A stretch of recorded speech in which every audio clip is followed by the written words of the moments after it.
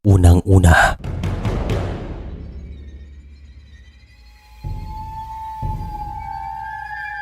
ang ilan sa mga Pilipino ay mahilig sa mga kwentong kababalagan. At mayroon akong ikukwento.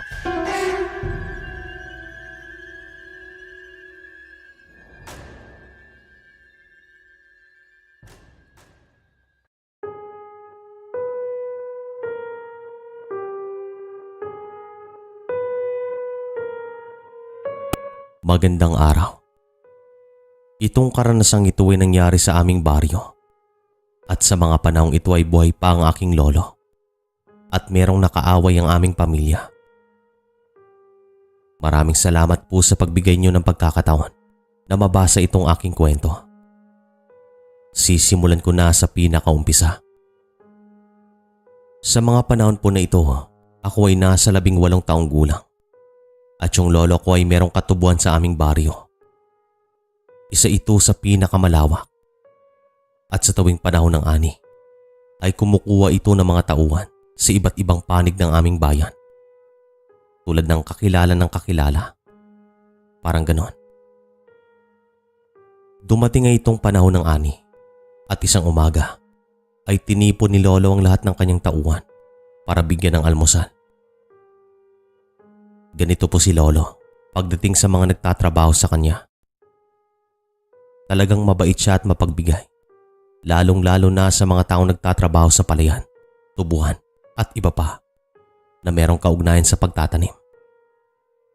Ang mga magulang kasi niya ay dating mga magsasaka, kaya alam niya ang hirap at pagod pagdating sa ganitong trabaho. Tamang-tama din na sa umagang ito ay nandun ako, tumutulong sa pagganda ng mga pagkain. Wala rin akong pasok kasi merong mga palabas sa aming eskwelahan at hindi ako mahilig sa mga ganitong bagay.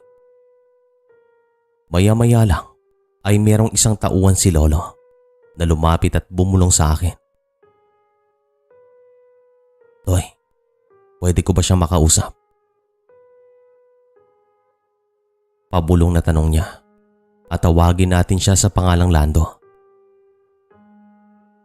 Ay opo, sandali lang. Sagot ko naman sa kanya at agad naman siyang naglakad patungo sa ilalim ng isang puno na may kalayuan mula sa amin. Inisip ko naman na baka meron siyang kailangan, kaya pagkatapos kong magbigay ng mga pagkain ay nilapitan ko si lolo at sinabihan na gusto siyang kausapin ni Mang Lando. Agad naman itong naglakad patungo sa kinaroroonan ng mama. At doon ay nag-usap ang mga ito.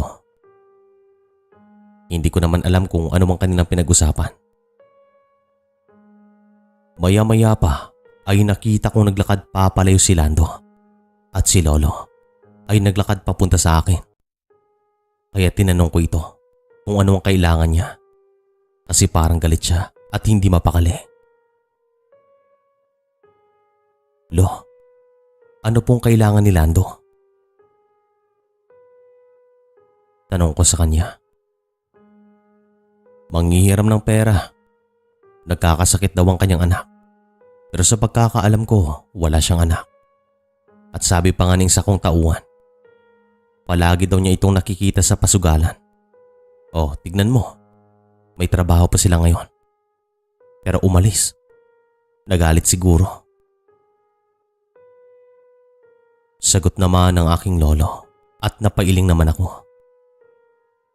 Naku, siya pa ang galit. Paano yan, lo? Hindi na siya magtatrabaho? Tanong ko naman. Ewan ko sa kanya. Bahala siya sa buhay niya. Tinutulungan mo na nga, pero hindi naman tinutulungan ang sarili. Naaalala ko nung mga nakaraang buwan. Nagmamakaawa na magtatrabaho sa tubuhan. Binigay ko naman sa kanya. Ilang beses na yung nanghiram sa akin. Siguro pangatlo na ngayon. Pero tumanggi na ako. Mahabang sabi ni lolo at napailing na lamang ako. Lumipas lang ang maghapon pero hindi na bumalik pa si Lando At bandang alas 5 ay nagbigay ng mga alak si lolo sa kanyang tauhan at nag-inuman sila sa ilalim ng isang puno na nasa gilid ng tubuan. Meron naman kaming narinig na mga kwento sa isa naming tauhan na nayayabangan daw si Lando kay lolo. At nagulat naman kami kasi napakabait ni lolo at wala nga siyang kaaway sa aming baryo. Bagkus nire-respeto pa ito ng mga tao. Siya nga po pala, itong si Lando ay nakatira sa kabilang bayan, sa lugar di umano ng mga aswang. Talagang tanyag daw ang kanilang baryo pagdating sa mga ganitong kwento. At bata pa lang daw si lolo ay meron na siyang nadidinig na kwento patungkol doon. Pero sa mga panahon ito ay hindi na kami masyadong nagpapaniwala sa mga ganito. Kasi medyo nasa modernong panahon na. Meron ng mga sasakyan at motorsiklo. Pero ang talagang namamayagpag ay yung mga telebisyon na black and white, telepono, radyo at bentilador. Wala pang internet at anumang cellphone na katulad ngayon. Balik na po tayo sa kwento. Bandang alas 7 ng gabi ay nagsiuwian na ang mga trabador. Umuwi na rin kami ng aking lolo at habang kami naglalakad papasok sa aming baryo ay medyo nakaramdam ako ng kakaiba. Nagtatayuan ang aking mga balahibo kahit na wala namang dahilan. Hindi ko naman alam kung bakit iniisip ko na merong presensya kahit na wala naman kaming nakikitang mga tao. Nang marating naman namin ang bahay ay agad kaming kumain ng hapunan. Si nanay, tatay at ang kapatid ko naman ay nanonood ng telebisyon. Bandang alas 9 ay pumasok na kami sa kanya-kanya naming mga kwarto. Kaagad naman akong dinalaw ng antok kasi napagod din ako sa tubuhan. Bandang alauna ng madaling araw ay nadidinig ko na si lolo ay nagsasalita. Magkatabi lang kasi ang aming kwarto at dingding lang ang pagitan, kaya hindi malabo na marinig ko ito. Sa aking pagtataka ay bumangon ako at naglakad patungo sa dingding. Dito ay pinakinggan ko ang kanyang mga sinasabi. Meron naman siyang binanggit na pangalan na nung una ay hindi klaro sa aking pandinig. Pero maya-maya pa ay dito ko na napagtanto na binabanggit niya ang pangalan ni Lando. Kaagad naman akong lumabas at tumungo sa kanyang kwarto.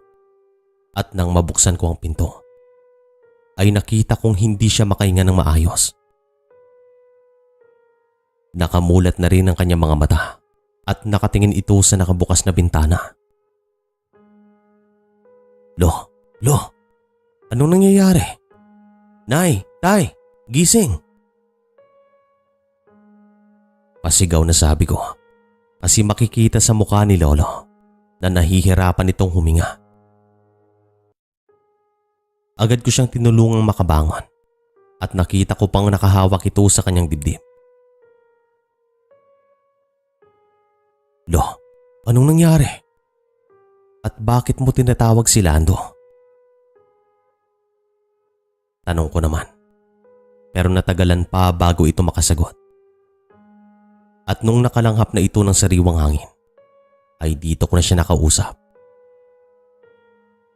Hindi nagtagal ay pumasok naman si nanay at tatay. Lo, ano po yung nangyayari sa inyo? Tanong ko pa sa kanya.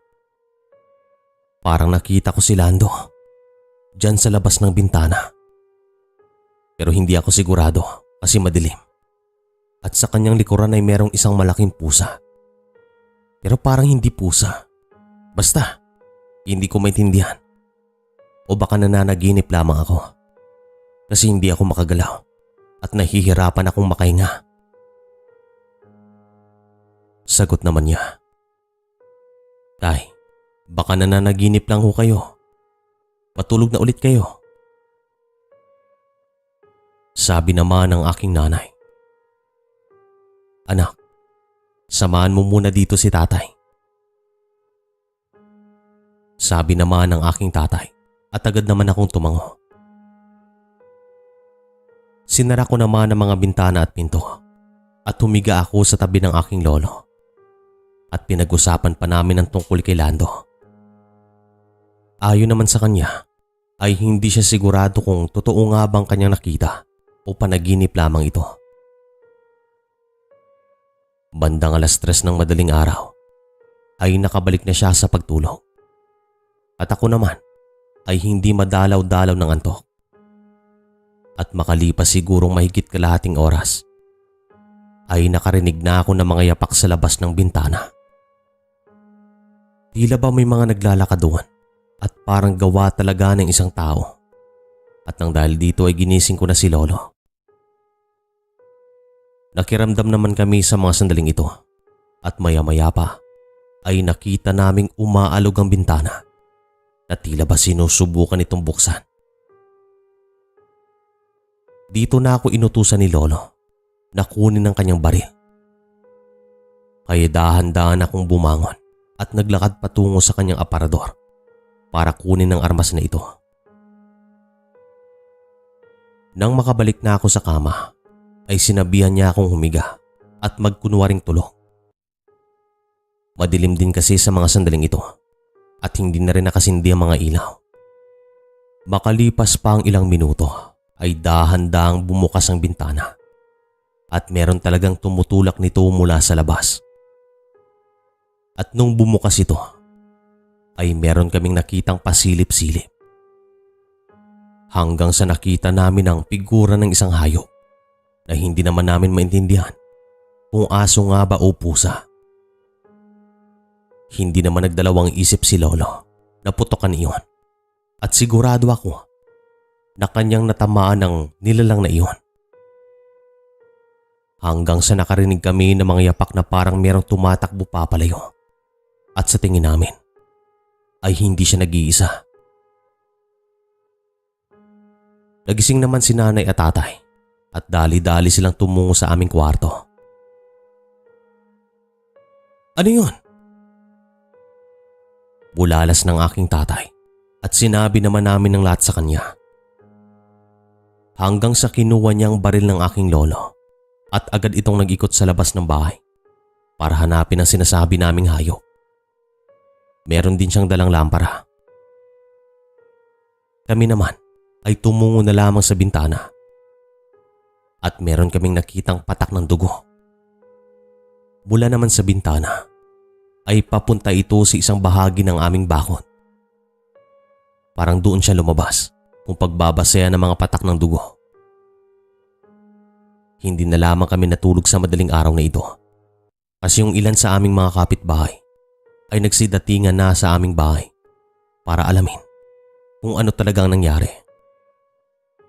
Sa pagsikat naman ng araw ay tinignan ulit namin ang mga patak ng dugo at sa bahagi na kung saan umakyat ang nilalang na ito ay mas marami. Sabi naman namin, sigurado kami na hindi tao yung nabaril ni lolo. Pero kung tao man, sigurado na meron silang masamang intensyon. Kasi pumasok sa aming bakuran at alam naman natin na bawal ito kahit na magpahanggang ngayon. Habang lumilipas sa mga araw ay palala ng palala mga pagpaparamdam sa amin tuwing gabi. Alam namin na hindi siya nag-iisa at kung ano-anong tunog din ang aming nadidinig. Tulad ng tunog ng baboy, baka, ibon at minsan asong umaangil. Hindi lang naman kami ang nakapansin nito, kundi pati na yung mga kapitbahay namin. Kaya maski sila ay nagiging alerto sa tuwing sasapit ang gabi. At magmula din noon ay hindi na rin nagpakita sa amin si Lando. At malakas daw ang kutob ng aking lolo na si Lando ay isa sa mga nambubulabog sa amin. Wala namang ibang nakaalitan si lolo at wala naman siyang nakaaway. Wala rin siyang taong nasaktan sa mga panahong ito. Bukod kay Lando. Pero kung nasaktan man daw niya ang damdamin nito, ay wala na ring magagawa si lolo. Wala naman siyang kasalanan at wala naman daw siyang sinabi na makakasakit sa kanya. Tanging tumanggi lamang ito. Hanggang sa napagpasya namin na humingi na ng tulong sa isang magaling na albularyo na nakatira din sa kabilang bayan. At ang kanilang baryo ay malapit lang sa baryo nila Lando. At dito na rin namin nalaman ang katotohanan.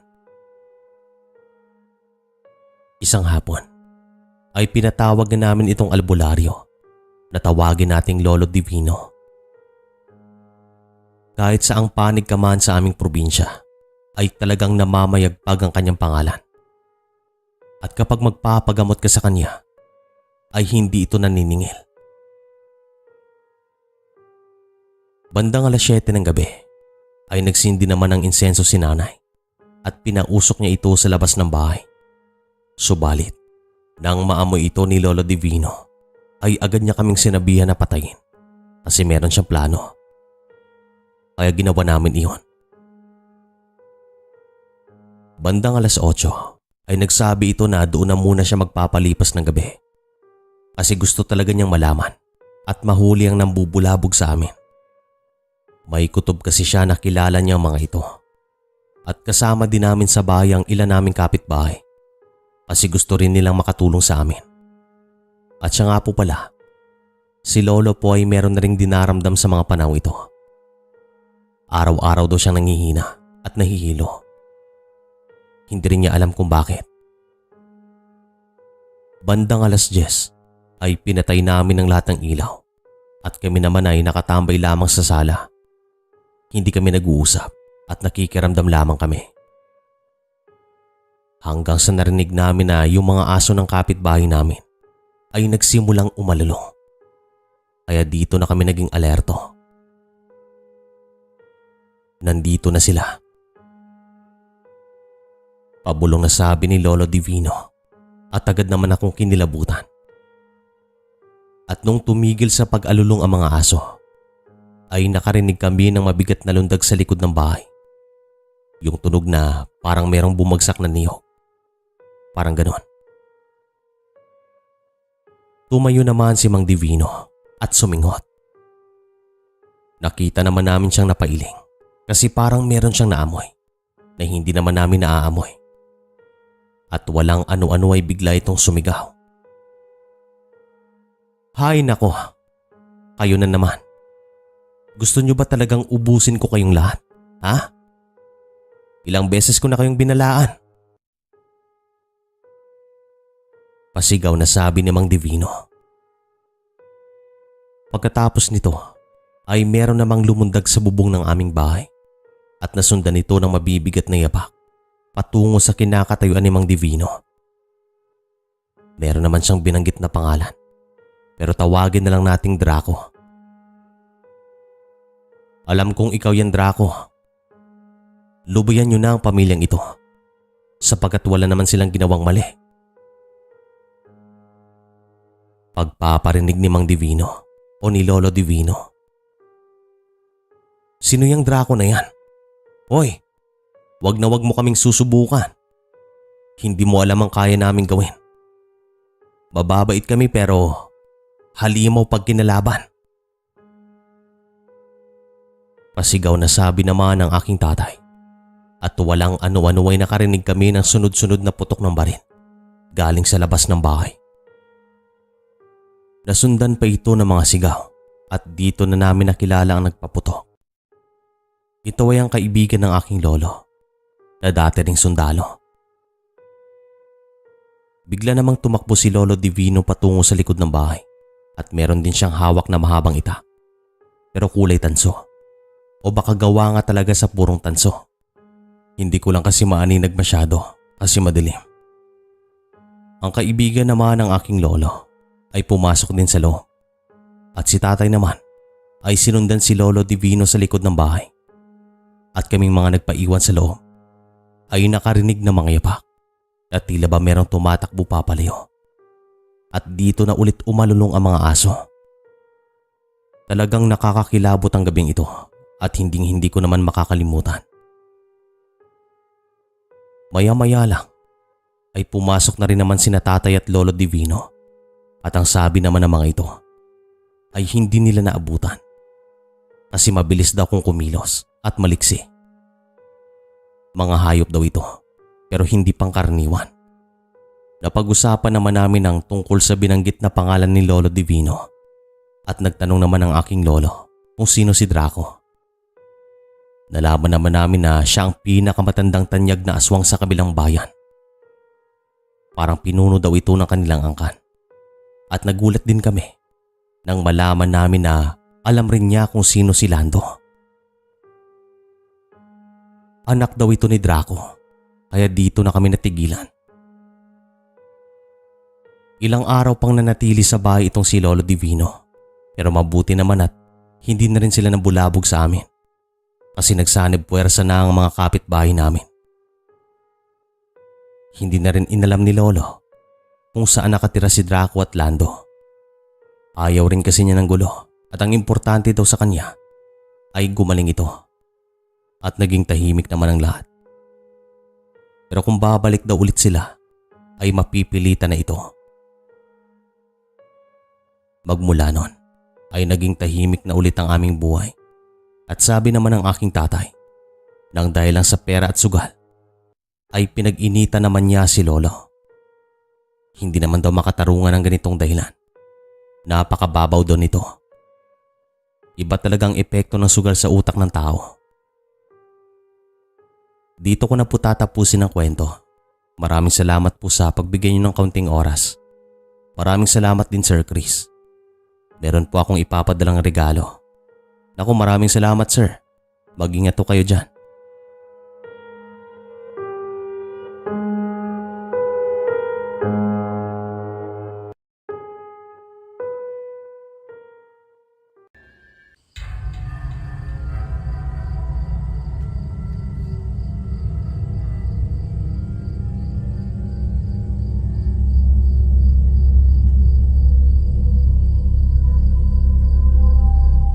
Magandang araw po sa inyo. Itong karanasang ito ay nangyari sa isang baryo na matatagpuan sa Iloilo way back 1987. Sa mga panahong ito Sir Chris ay nasa 13 anyos pa lamang ako at kadalasan ay sumasama ako kay tatay sa kanyang trabaho. Isa po siyang karpentero at maaga namang namayapa ang aming nanay. Ako rin pong panganay sa aming lahat. Nang dahil naman sa pagsama ko kay tatay ay naging karpentero din po ako. Natuto ako ng mga ginagawa ng aking tatay. Yung dalawang kapatid ko naman ng mga babae ay nag-aaral sa mga panahong ito at si Lola ang nag-aalaga sa kanila. Sabi ko naman kay tatay, gusto ko munang makatulong sa kanya at paunahin ang aking mga kapatid nang sa ganon ay meron silang magandang kinabukasan. Nag-iisang lalaki po ako at kasalukuyan pareho na po silang may mga propesyon. Isang doktor at isang guro. Binigyan naman nila ako ng pangpuhunan sa negosyo way back 2008 at napalago ko naman po ito. Isa na rin po akong negosyante ngayon. Maraming salamat po sa pagkakataon na ito. Araw-araw kami nakikinig dito. Sisimulan ko na po ang kwento. Taong 1987, buwan ng Mayo. Isang umaga ay pinuntan si tatay ng kanyang kaibigan na tawagin nating Mang Fernando. Sinabihan niya kami na meron to silang proyekto sa ibang baryo na talagang malayo mula sa amin. Meron to siyang kakilala na magpapagawa ng bahay sa gitna mismo ng tubuan at ang tubuan na ito ay pagmamay-ari din naman daw niya. Sabi naman ni tatay, tamang-tama na wala kaming proyekto, kaya naman tinanggap namin ang alok niya. Kailan tayo aalis? Tanong ni tatay sa kanya. Bukas ng umaga. Kailangan na kasing masimulan ng kanyang bahay. Maliit lamang kanyang ipapagawa. Isang kwarto lang naman. Kayang-kaya nating 4 yon. Parang bahay kubo lamang yon. Sagot ni Mang Fernando. Sige, daanan nyo kami dito bukas. Maraming salamat pare ha. At isasama nyo kami ng anak ko. Pagpapasalamat naman ni tatay sa kanya at tumangon na lamang si Mang Fernando saka nagpaalam. Yun nga, kinabukasan, bandang 6:00 ng umaga ay handa na kami at maya-maya lang dumating naman si Mang Fernando at saka umalis kaming lahat. Patapos ng 1 oras na biyahe ay naratingan namin itong baryo at tumungo muna kami sa mismong bahay na magpapagawa. At saka nakita ko na nandoon ang mga materyales na gagamitin namin. At pagkatapos naman ng plano ay tumungo na kami sa gitna ng tubuhan habang bitbit ang mga materyales. At matapos ng 1 oras ay sinimulan namin ang paggawa ng munting bahay. Sabi naman ni Mang Fernando, 1 gabi at 2 araw lamang kami doon. Bandang 5:00 ng hapon ay natapos namin ng 80% at bukas na lang daw ang iba. Pwede na ring tulugan ng munting bahay na ito at sinabihan naman kami ng may-ari na pwede naman kaming matulog sa kanilang bahay. Pero tumanggi kami at nagsabi na sa gitna ng tubuhan kami magpapalipas ng gabi. Malamig doon, magandang simoy ng hangin at nakakaantok. Sinimulan naman nila tatay ang inuman nang dahil ito ang bukod tanging paraan para mawala ang kanilang pagod. Alam ko na ganito rin pong ginagawa ng ilang karpentero na nakikinig dyan. At bandang 8:00, pagkatapos ng kanilang inuman, ay natulog ng mga ito. Ako naman ay nagpapaantok pa rin. Siguro nanibago ako sa lugar kasi ito ang unang pagkakataon na magpapalipas ako ng gabi sa gitna mismo ng tubuhan. Kumbaga, naninibago lamang ako. Makalipas ng ilang minuto ay bumangon ako kasi yung ihip ng hangin ay talagang kakaiba. Yung tipong napakalamig. Nakakapanibago. Sa lahat ng site na tinulugan ko, ito yung pinakakakaiba sa lahat. Tumungo ako sa bintana. Tumungaw ako ng ilang minuto kasi gusto ko nang antukin. At makalipas ang ilang sandali ay napasulap ako sa isang bahagi ng tubuhan at meron po ako nakita na figura na tao. Para bang nakatingin ito. Agad namang nagtayuan ang aking mga balahibo sapagkat nagtataka ako kung ano ang kanyang ginagawa sa gitna ng tubuhan. Sa maniwala kayo hindi, Sir Chris, sa isang kisap lang ay nawala ang figura na ito at napalitan ng figura na baboy. Malaking baboy. Nasisinagan po ito ng buwan, kaya naman kahit papaano ay nakikita ko siya. Hindi naman nagtagal ay naglakad po ito papasok sa loob ng tubuhan at ako naman ay bumalik sa aking higaan. Hindi na po ako mapakali pagkatapos ko siyang makita. Sina tatay naman ay tulog sa mga sandaling ito. Pumihilik pa sila nang dahil siguro sa pagod na kanilang nararamdaman. Wala akong masabi at hindi ko alam ang aking gagawin.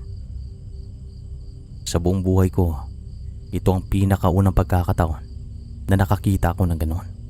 At iniisip ko na aswang na ito at hindi pangkaraniwang tao. Sigurado ako. Walang ano-ano ay nakarinig ako ng mabigat na lundag sa bubong na gawa lamang sa pawid. Naramdaman ko ang kanyang lundag. Kaya naman dito ko na inisip na gisingin silang lahat. Subalit sa maniwala kayo hindi, sa aking pagbangon ay nakita ko po siya sa bintana. Nakatingin ng direkta sa akin. Parang namumula mga mata at talagang titig na titig. Hindi ko alam ang aking gagawin. Parang naging paralisado ako sa mga sandaling ito. Yung tipong meron siyang ginagawa sa akin upang hindi ako makagalaw. Pinikit ko ang aking mga mata at wala po akong ibang nadidinig kundi mga yapak sa bubong. Alam kong dalawa sila sa mga sandaling ito. Kaya naman nagdasal ako sa aking isipan na sana protektahan ako. Ba't hindi yung takot na aking nararamdaman? Parang mawawalan din ako ng malay. Ito yung mga sandali na hindi ko makakalimutan magpahanggang ngayon. Nagdasal ako ng taimtim At ito yung unang pagkakataon na nagdasal ako na talagang nakafocus at wala akong ibang kinakausap kundi ang kataas-taasan na sana iligtas niya ako sa ganitong sitwasyon. Makalipas ang ilang minuto, minulat ko ang aking mga mata at dito na ako tumingin sa bintana. Wala na siya at yung mga yapak sa bubong ng bahay ay hindi ko na nadidinig. At nung medyo kumalma ang aking pakaramdam ay dito ko na ginising si tatay pati na si Mang Fernando. Ano yun? Tanong ng aking tatay sabay bangon at dito ko na kinuwentong lahat.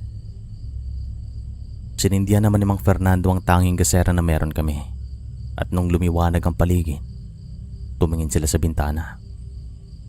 Lumabas pa si tatay para hanapin ang aking tinutukoy pero wala siyang naabutan.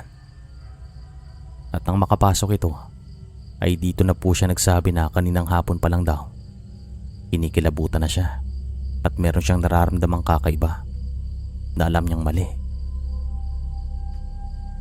Sinasabi ko na nga ba, alam kong merong kakaiba dito. Parang may nakatingin sa atin habang nagtatrabaho tayo. Malakas ang kutob ko pare na merong nangyayaring kakaiba sa lugar na to, sabi ni tatay. Kahit ako rin po, meron akong nararamdamang hindi maganda dito. Pagdating pa lang natin dito kaninang umaga, mabigat ng aking nararamdaman, sabi naman ng isa pa naming kasama.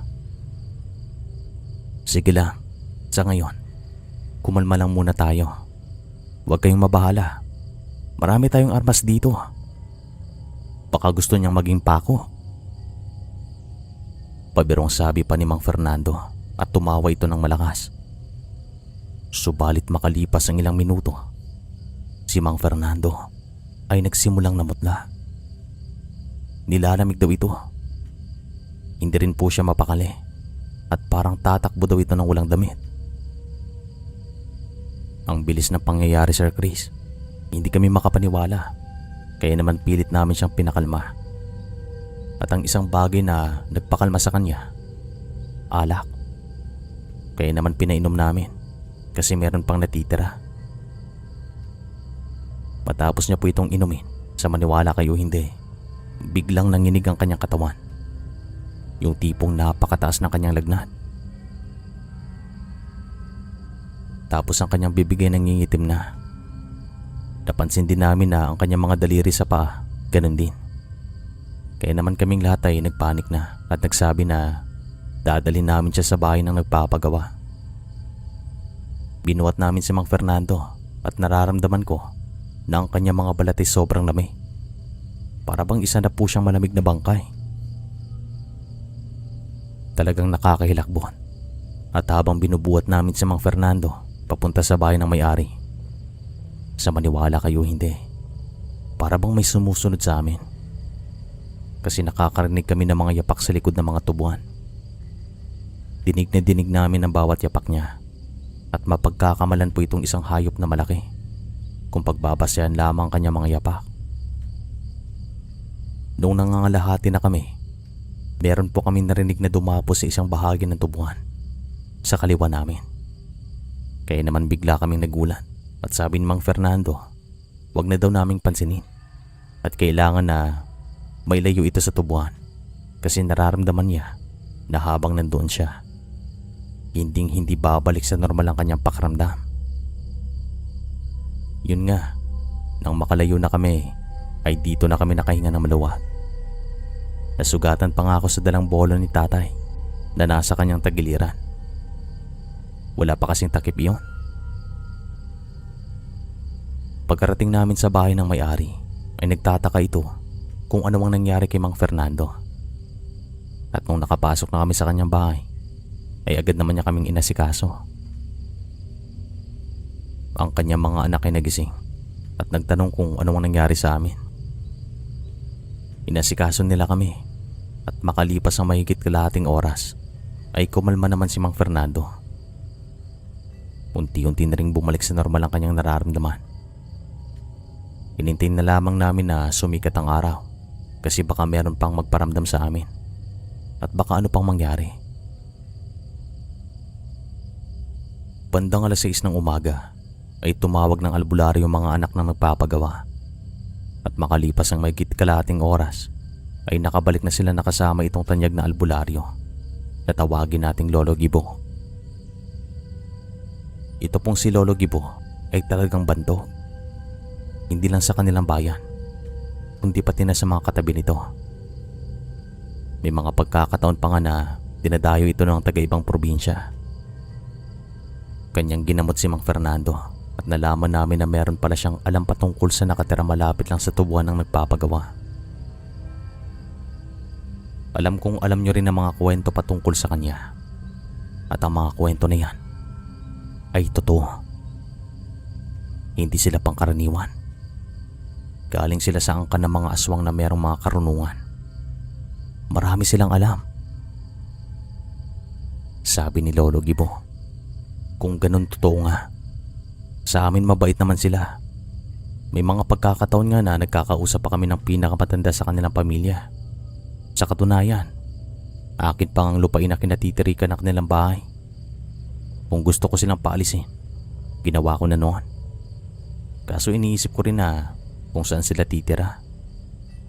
Mabait din kasi akong tao. Ayaw ko ng gulo. Sabi naman ng nagpapagawa sa amin na tawagin nating Mang Dino. Meron kang karapatan, pero kung ayaw mo ng gulo, kausapin mo sila ng mahinahon. Kung gusto mo, sasamahan pa kita doon. Magkakilala kami ng pinakamatanda doon. Si ano?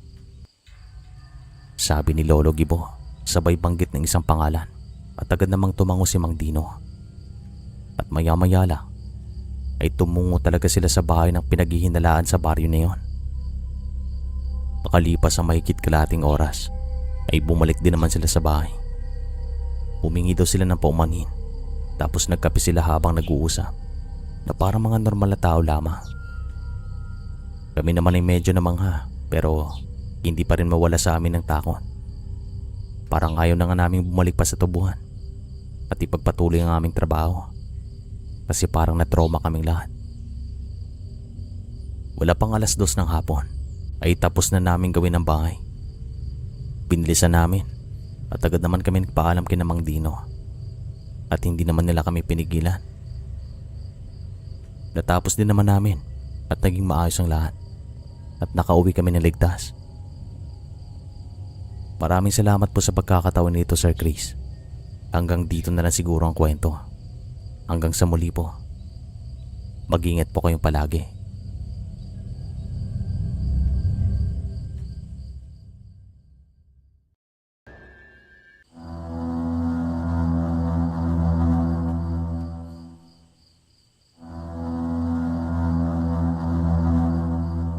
Magandang araw po sa inyo, Sir Chris. Itong karanasang ito ay nangyari sa lugar namin sa Capiz, way back 1988. Bata pa ako nung time na to at ako ang bunso sa amin. Sa tulong naman ng aking kuya ay nabuo namin ang kwento na ito kasi yung ilang pangyayari ay nakalimutan ko na rin po. Maraming salamat sa pagkakataon po na ito. Sisimulan ko na ang kwento. Magmula nung pumanaw ang aming ina, ay kinuha kami ni Lolo at Lola. At taong 1987 ay namatay naman po si Lola. Kaya naman si Lolong nag-alaga at nagtaguyod sa amin. Yung tatay naman namin ay hindi na nagpakita sa amin magmula noon. Parang tinalikuran niya kami. Pero kahit ganito, nagpapasalamat pa rin kami nang dahil nandyan yung lolo at lola namin. Taong 1988, dumating yung tsuhi namin na galing sa Mindanao. Layas anak po ito noon pa man at hindi sila bati ng aking lolo. Tawagin na lang natin siya sa pangalang Tio Baldo. Babait naman po ito, yun nga lang, kapag nalasing, hindi niya nakokontrol ang kanyang emosyon. Sa madaling salita, maoy po ito. Yung taong naghahanap ng gulo kapag malasing. Ito yung isang bagay na pinakaayaw ni Lolo sa kanya. Kaya noon ay palagi niya itong pinapagalitan. Kasi dumating sa punto na napapahiya na sila ni Lolo at Lola. Pati ng kanyang mga kapatid. Nang dahil sa kanyang mga ginagawa. Isang hapon dumating ito. Gulat na gulat si Lolo kasi mahigit 10 taon silang hindi nakita. Hindi pa ako pinapanganak ay lumayas na po ito. Si Kuya naman nung time na yun ay nasa 5 taong gulang pa lamang. Tay, kumusta po kayo dito? Sabay titig sa mga mata ni Lolo.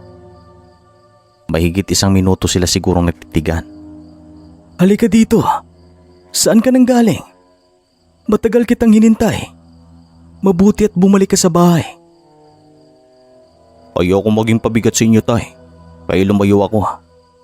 Sa awa ng Diyos, nakapagtapos ako sa pag-aaral. Saan ka nang galing? Saan ka tumungo nung lumayas ka? Mahabang kwento, tay. Sa ngayon gusto ko munang umupo at magpahinga. Ito na ba yung mga pamangkin ko? Malalaki na pala kayo. Nasaan yung nanay niyo? Gusto ko siyang makita. At nasaan yung tatay niyo? Wala na po si tatay. Hindi na nagpakita sa amin magmula nung pumanaw si nanay. Sinasabi ko na nga ba? Alam kong mangyayari ito sa una pa lang. Hayaan mo na yon. Tapos na yon. Ang importante, maayos ng kalagayan ng mga pamangkin mo. Halika na dito. Magpahinga ka muna. Kaagad namang umupo si Tio Baldo at huminga ng malalim. Makikita sa kanyang mga mata na namimiss niya ang bahay. Dito naman niya kinuwento kung saan siya pumunta magmula nung lumayas ito. Hanggang sa napadpad siya sa Mindanao. Nakapagtrabaho daw ito sa isang mayamang pamilya. Ginawa naman daw niyang lahat para lang makuha ang kanilang tiwala at nagtagumpay ito. Hanggang sa pinaaral siya at nakapagtapos. Nung tempo na ito, isa na po siyang ininyero. Nakita namin na meron siyang mga alahas at magandang kanyang damit at sapatos. Kaya naman nakakamangha na yung dating bulak-bulat pasaway ay merong narating. Nakakatuwa. Kahit si Lolo ay hindi makapaniwala. Akala talaga niya walang mararating si Tio nang dahil sa kanyang pag-uugali. Kaya naman mahirap talagang magusga sa una. Hindi mo alam ang kapalaran ng isang tao. Pwedeng nasa baba ka ngayon. Pero pagdating ng tamang panahon, iaangat ka naman ng kataas-taasan at bigyan ng magagandang leksyon sa iyong buhay. Magluto kayo ng ulam at magsaing at kami ng Tio Baldo nyo ay mag-uusap muna. Sige po, Lo. Kami na pong bahala ni Kuya. Tumungo kami sa kusina at hinanda ang aming mga lulutuin. At makalipas sa mahigit 20 minutos ay nagsabi si Lolo na lalabas muna sila at mag-iikot-ikot sa baryo para kumustahin din ang mga kababata ni Tio. Tumango naman kami ni Kuya at nagpaalam sila. Makalipas ang ilang sandali, lumabas nga sila sa bahay at gumala sa baryo. Kami naman ni Kuya ay pinag-usapan si Tio. Ito po kasi ang unang pagkakataon na nakita ko siya. At bandang 6:30, tumating sila sa bahay.